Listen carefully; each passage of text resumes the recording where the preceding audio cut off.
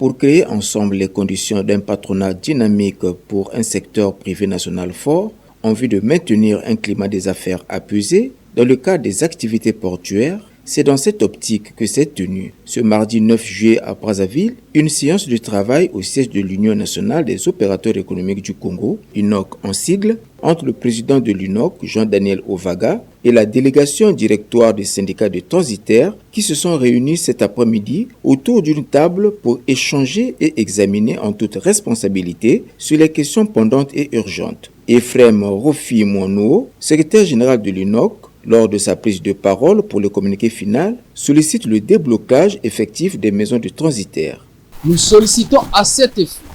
le déblocage effectif des maisons de transit qui ont amorcé une des conditions sus-évoquées. Dans la poursuite de ces propos, il sollicite une fois de plus l'implication de CCDE à la libération conditionnelle des créateurs de richesses emprisonnés à la maison d'arrêt. Nous sollicitons une fois de plus l'implication de la Direction générale des douanes et des droits indirects pour la libération conditionnelle de ces créateurs de richesses encore détenus à la maison d'arrêt.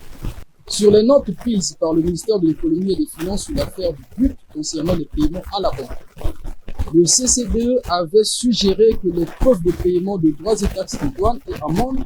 puissent être le justificatif de liquidation du contentieux. Il est de noter que le CCDE recommande le déblocage de 37 sociétés ayant fait l'objet de mesures conservatoires afin d'apaiser le climat des affaires sous réserve pour les dites sociétés de présenter à la Direction générale des douanes et des droits indirects un moratoire de paiement ou un document attestant le règlement par voie transactionnelle des poursuites engagées.